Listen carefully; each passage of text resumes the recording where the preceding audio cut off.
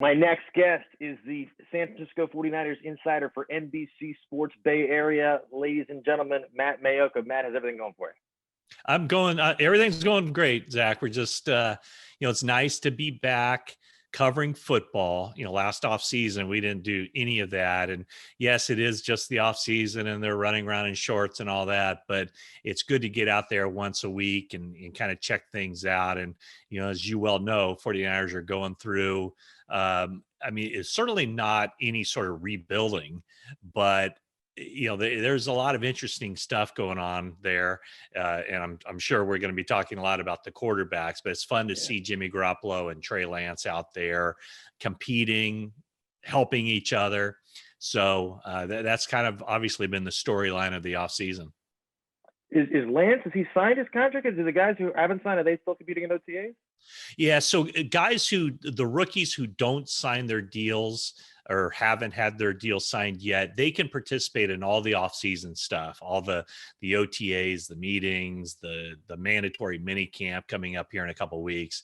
But then once they break, they just can't come back to training camp until they have that signed. So that has not been an issue since Michael Crabtree in 2000. What year was that? 2009, I think. That's when the new CBA went into effect and they did some stuff there. But honestly, it's been great, Zach, because I used to just make phone calls and find out when these guys are going to be signing, and now everything is slotted. So, every rookie is going to sign a 4-year contract, the money, the signing bonus.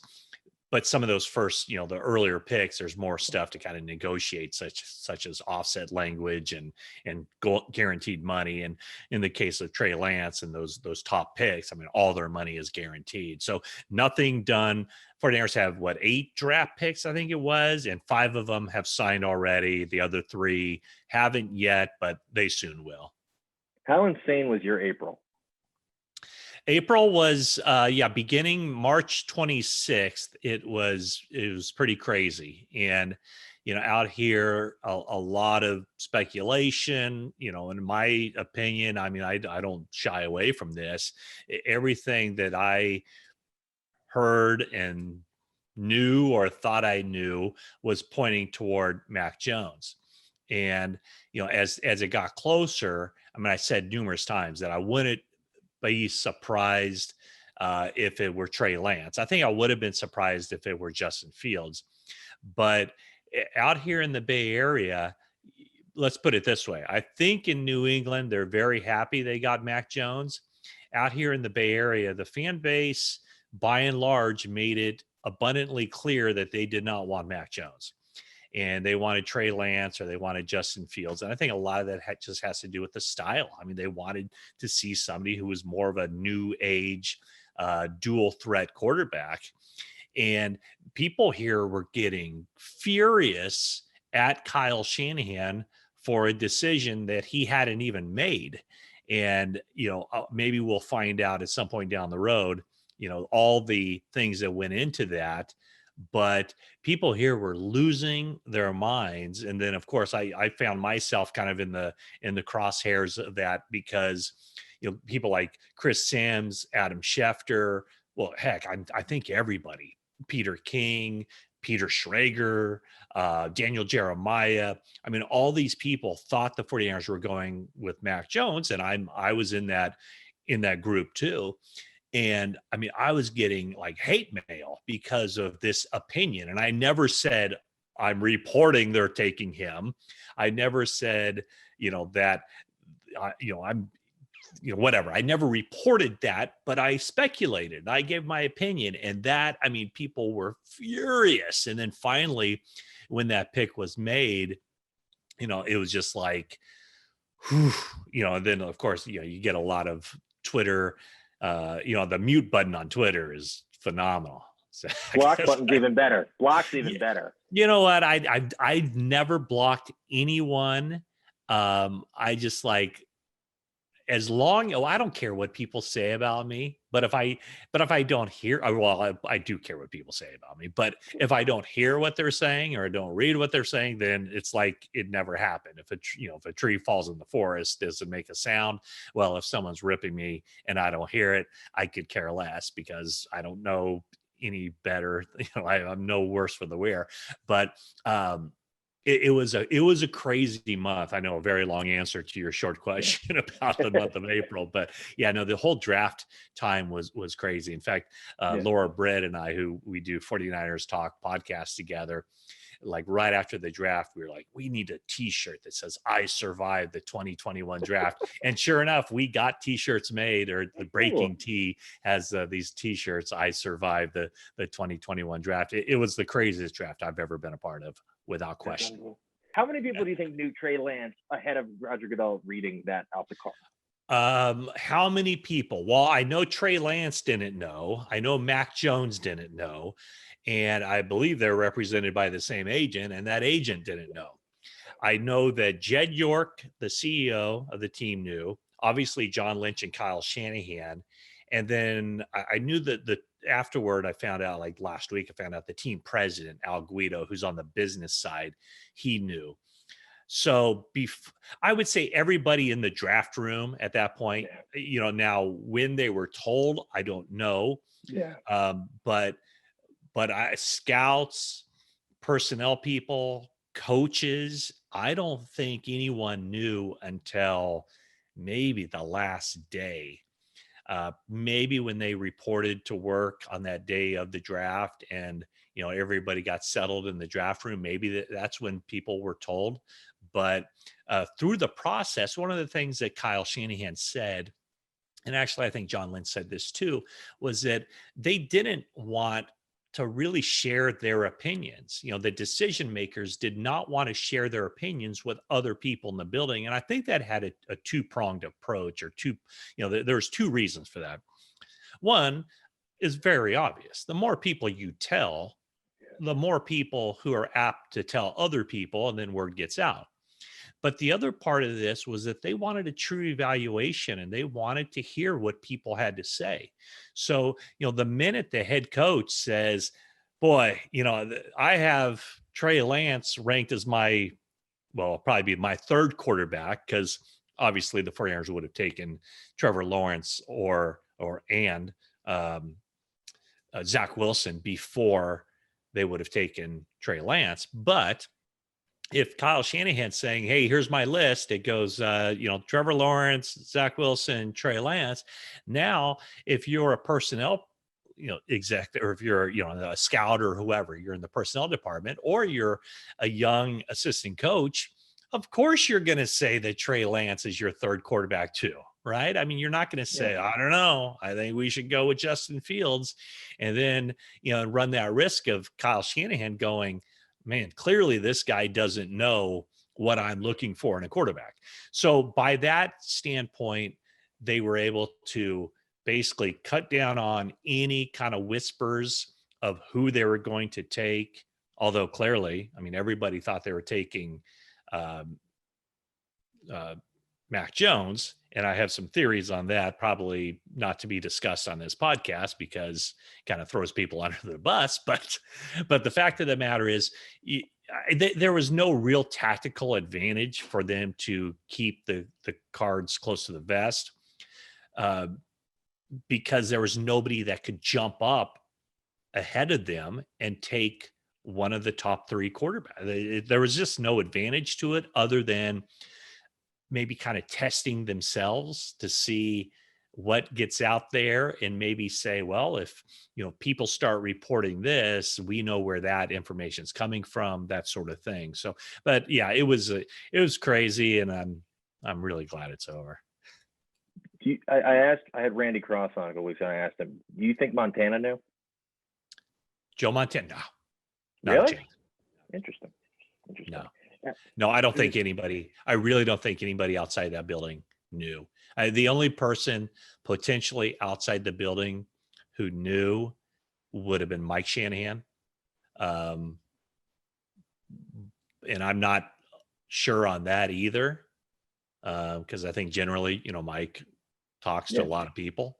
But no, I don't think that any of the, I don't think Steve Young knew. I don't think Joe Montana knew. No, I don't think anybody outside of the organization knew. And then, so obviously draft day, everybody's like, all right, we can finally put this all to rest. We're going to know who they're taking. And then 3 hours before the draft starts, reports start coming out that San Fran is trying to get Aaron Rodgers. Did the thought cross your mind at all that maybe they'll flip number 3 for Rodgers? Yeah. Oh, absolutely. Yeah. And I knew, this was kind of a similar situation. They'd been down this road before with Tom Brady, back in, I guess it was the offseason of 2017. Let me think about that. Yeah, it would have been the offseason of 2017. It was like right after Kyle Shanahan and John Lynch took over. They called Bill Belichick to see what the availability of Jimmy Garoppolo was. Remember, at that point, Jimmy Garoppolo was entering his 4th season. He was only signed for 4 years, so he's in his contract year. And, were the Patriots going to keep Jimmy Garoppolo around for a 5th year? Yeah. No. Were they going to franchise him? No. Were they going to sign him to an extension that Garoppolo would have wanted an extension to be a backup? No.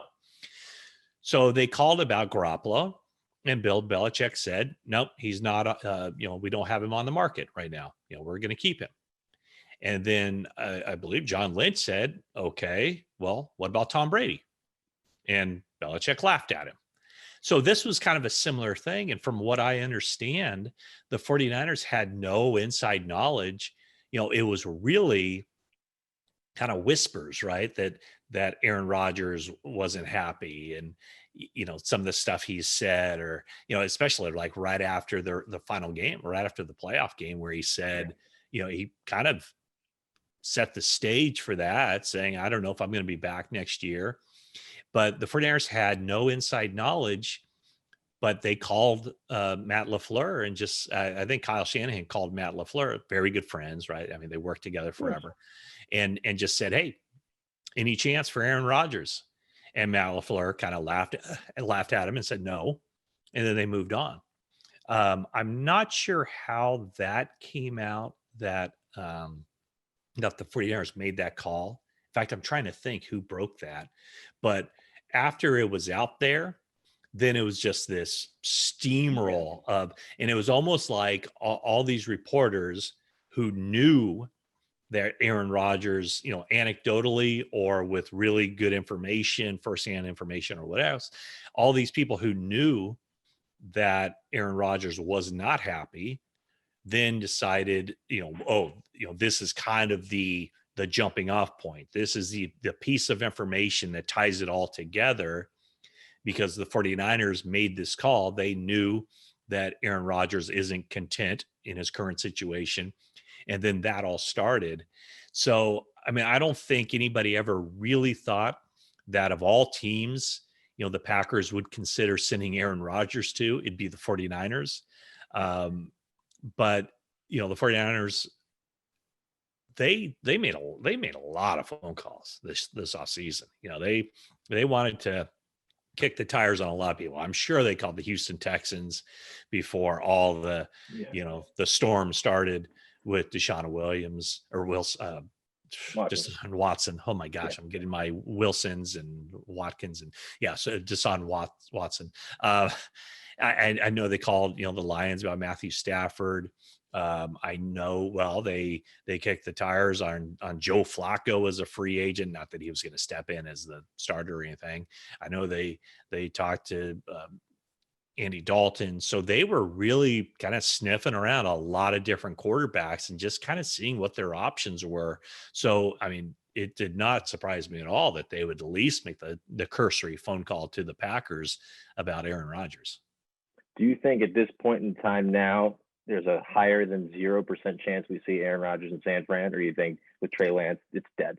I think it's dead. I just don't see how it would be doable. I mean, they've invested now, they're basically, they're paying Jimmy Garoppolo. They're at least they're prepared to pay Jimmy Garoppolo $25 million for this season. And then you have Trey Lance that they took number 3 overall and gave up a lot to get there. So I just don't see how that's possible unless somehow the Packers say, we'll take Trey Lance. I don't see it. I don't see it happening. But for a while there, for a few hours, it was like, God, is this possible? And could Aaron Rodgers kind of force his way out? And would he want to play in the Bay Area? Aaron Rodgers still has a huge chip on his shoulder from that 2000. The years are running together. 2004 draft, I guess it was, where 49ers had the number 1 overall pick, and they brought him in. They brought Alex Smith in, and they go with Alex Smith, which wasn't the huge shock, obviously, but Aaron Rodgers famously said to Dennis O'Donnell out here in the Bay Area at that draft, that in New York, how disappointed are you that you did not get selected by the 49ers? And his answer was, not as disappointed as they are going to be that they didn't take me, which is one of the great quotes I think I've ever heard. And, it turned out, I don't know that Aaron Rodgers would have put up with and would have survived all the BS that happened here. I mean, we're talking about Alex Smith, 7 offensive coordinators in 7 years, pulled in every which direction, ended up really finishing here as a good 49er, somebody that people liked, and then goes on, and everybody here very happy with the success he had with the Chiefs, and everybody just kind of so, I mean, I don't even know if there's a word, impressed, amazed with what he went through in Washington to get back out there on the field. So I will contend that Aaron Rodgers does not have the same kind of career in one spot that he had with Green Bay, or he couldn't have had that with the 49ers, what he had in Green Bay, just because of all the obstacles and all the BS that he would have had to put up with here with the 49ers. What do you think is next for Alex Smith? I understand he's moved back to the Bay Area, to California here. I don't know if it's TV, and he's I don't know that I've met anybody like him. Like, he can really do anything he wants to do. He's bright. He's just a normal guy, just a good person. I mean, I've never had any issues, just on any level, with him. Just a good guy. I mean, I'm trying to think what his major was, because he graduated in like 3.5 years from Utah. But I mean, he can just do anything he wants to do. And, I don't know if he'd be great on TV. I'd like to see him on TV. Yeah. So he is smart. He knows a lot about the game of football, having been in so many different systems, been around the league. He's just such a good guy. I don't know if he would be the kind of guy who would be ripping, quarterbacks to shreds for not performing well in big games, or misreading that coverage, or this and that. But I mean, I would think that he will be in some sort of public situation where he can advance his charity. He has one of the great charities that he came up with while he was here in San Francisco, which is, I know his mom worked in the field of foster care. And so basically foster, children or kids and young men, young women in foster care. At the time they turn 18, they're basically just kind of shoved out into the world and said, okay, you're on your own now. And his charity does an outstanding job of helping kind of bridge that gap of keeping individuals in foster care, helping them transition into adulthood. And I know years ago, it was rated as one of the top athlete, or maybe the top athlete charity, as far as, where the cost goes. It's not administrative cost. You donate $1 to his charity, and $1 goes to helping those individuals. So he'll do something, I'm sure, that will have an impact on a lot of people. Yeah. And I want to ask you is with the current Niners, how long of a leash does Jimmy G have until they kick the tires on Lance? I think it depends on Trey Lance. Yeah, I think it depends on. And I was out at practice this week and just watching him week 1 at OTAs. Yeah, he looked. I mean, I know it's tough to pick up on this, but and maybe it's just my mind playing tricks on me, but he looked kind of uncertain and hesitant and didn't look real natural. The ball came out high a lot of times. And then a full week later, he looked like he had more command. He looked like he was in control of the offense and he was, moving guys around and he just looked more at ease. So I really think that, the 49ers know what they got in Jimmy Garoppolo. If he's healthy, he's a good player. He's a really good player. I think Trey Lance, once he gets it, the 49ers are expecting him to be more than just a good player. They're expecting him to be a dynamic player with his arm, with his legs.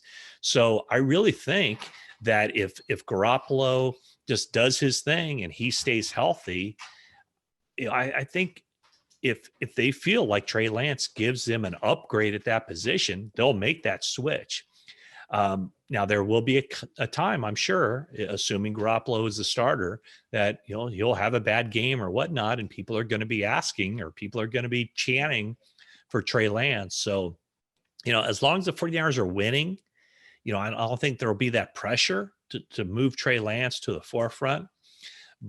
But I would fully expect that through the course of the early season, that they're going to have packages for him. I would say that, his skill set is so different than Garoppolo's that you can have a package just like, just like the Eagles did, I guess, with Jalen Hurts. But the big one was just what the Ravens did with Lamar, is that find a way to kind of exploit something. It might be a snap here. It might be no snaps this game. It might be 5 snaps the next game. But if you can put him in situations where he's set up to succeed, then maybe you start to see that momentum build a little bit more. But I mean, everything I understand, when the 49ers made that decision, when John Lynch and Kyle Shanahan made the decision to trade up from 9 to 3 and give up 2 future first-round draft picks and a third-round draft pick as well, they went to Jed York,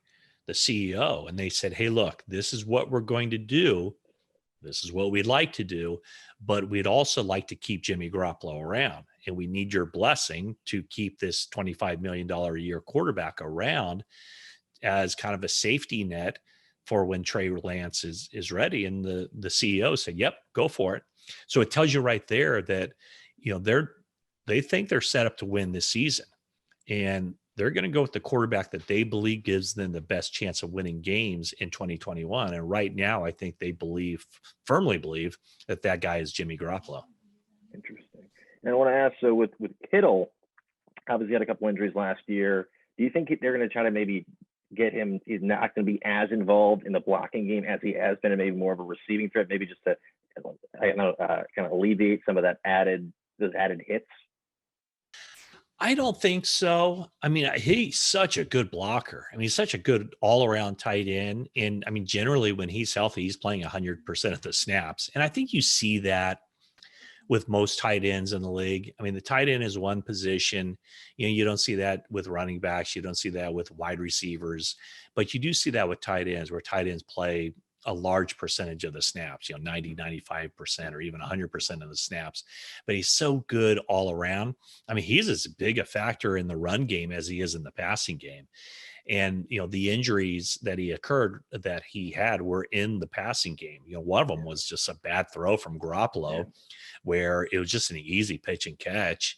And Kittle went up for it, and Budda Baker hit him low and hurt his knee. And then the other one was on a play down the field where he jumped up, made a catch, and just came down on the artificial surface in Seattle kind of awkwardly and sustained an injury there. So no, I just think he's such a good player. They're a better team when he's on the field, whether it's a running play, whether it's a passing play. that no, I don't think they're going to put him on any kind of pitch count. I don't think he would allow that. I don't think he would go down kicking and screaming if they're trying to, keep him on the sideline for 25% of the snaps. So no, I think he's going to be, it's going to be all Kittle all the time as long as he's healthy. Now, what I ask is, obviously, a couple of years you had kind of Kittle breakout. Last year you had Fred Warner breakout. Who are you expecting that to be in 2021? I think it's going to be one of the wide receivers. Yeah, I think it's going to be Deebo Samuel or Brandon Aiyuk. I think Samuel is a very good all-around guy. He's just so physical. He can run those jet sweeps. But I think Aiyuk's the guy. I think Aiyuk is a very polished route runner. He can run routes at every depth. He's really good with the ball in his hands. So he's a yak machine. So, if Jimmy Garoppolo stays healthy, if Brandon Aiyuk stays healthy, it would not surprise me to see Aiyuk up around the 1,200 yard mark as far as receiving. So I would think that he would be the guy. And hey, he and Samuel can kind of play off each other. If they roll coverage to one side, that's going to leave the other guy open. I mean, they're two. I really think they're two number one, young number one receivers, or at least number one receivers in the making. So that would be the first thought that I would think of, is one of those two wide receivers taking that next step from, very good player to Pro Bowl type player. Interesting. And then on the defense, obviously you got Nick Bosa coming back from a devastating ACL tear. Do you think he's gonna be ready to go for training camp? He is, yeah. So he's working out in Fort Lauderdale at his home. He's got a good system there. I think he's going to come back here to the Bay Area for the 3-day mandatory minicamp, but they don't, they're not going to put him out there on the field. If you've watched videos of him, he hasn't done it in a while, but several weeks ago, he posted some workout videos of himself in Arizona, and he looks good. He's moving laterally, doing 3-cone drills. He has looked really good in his rehab. The 49ers are very happy with his rehab, and that's why they've said, hey, just keep doing what you're doing. Let's continue to check in, but just keep doing what you're doing. We'll see you back here in June. But yes, the thought process is that they're going to take it easy, no practice when he comes out here for the mandatory minicamp, but he should be a full go, or at least he should be cleared for the start of training camp. I would imagine early on they're going to really be judicious in the reps that he gets and just kind of build him up. But yeah, they think he's going to be ready for the regular season. And who do you think is the biggest threat in the division? I guess the Rams. I mean, you could probably ask beat reporters for, what would it be, the other 28 teams that aren't in the NFC West. And there's probably one team that every beat reporter would say in that particular division. I bet you if you talked to the 5 or 6 people who cover the 49ers and the, same number that cover the Rams and the Seahawks and the, 2 or 3 who cover the Cardinals, you might get different answers from everybody. I think the NFC West is the one division, in sports, it might be the toughest division in sports, period. But it's the division in football where I think you could make a strong case for each of the 4 teams not only winning the division, but having a deep run in the playoffs. I mean, there are people in Arizona. I mean, look what they've done. AJ Green and, with DeAndre Hopkins, and you bring in Rondale Moore, and then you JJ Watt. The JJ Watt add to the defense. I mean, you could make a case that the Cardinals are really ready to make that next step to not only division contender, but Super Bowl contender. And I mean, you look at, Kyler Murray, year 3 now. What do you have? Like 20, almost 4,000 yards passing, almost 1,000 yards rushing. What do you have? 26 touchdowns passing, 11 touchdowns running.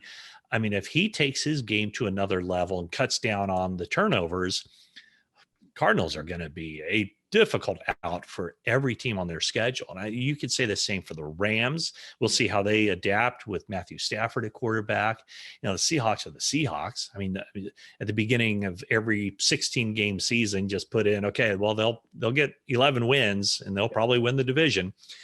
And then the 49ers are, the thing that really impressed me with the 49ers last year through their bad season was that they stuck together. They had so much stuff going on, but there wasn't the dysfunction. There wasn't the drama. They had all the injuries. They still played hard. They got booted out of their Santa Clara home and had to go to Arizona for the final 5 or 6 weeks of the season and practice down there and use the stadium, the Cardinal Stadium, as their home stadium. So yeah, when you ask me, I could make a case for all 3 of the 49ers opponents as the team to beat, but I guess it'd be the Rams, just because they just seem to be all in this year. And, maybe they'll be better next year once Stafford's been in the system for a full year, but they're the one team that I'm really kind of curious to see what they're made of. And how Matthew Stafford's going to take that offense to another level, because it's pretty clear that Sean McVay, it was clear that he wants his quarterback, or he wanted an upgrade over Jared Goff, and now he believes he has that. Yeah, and I've got one last question for you. Were there any of the late round guys that San Fran took that you're hearing that maybe the front office and the coaching staff are really excited about? They think that all their draft picks have a good chance to make the 53 man, which is no small task when you think about, the talent the 49ers had. The one guy that interests me, and I don't know if he's going to put up big numbers as a rookie, but their very last draft pick was Elijah Mitchell, a running back from Louisiana.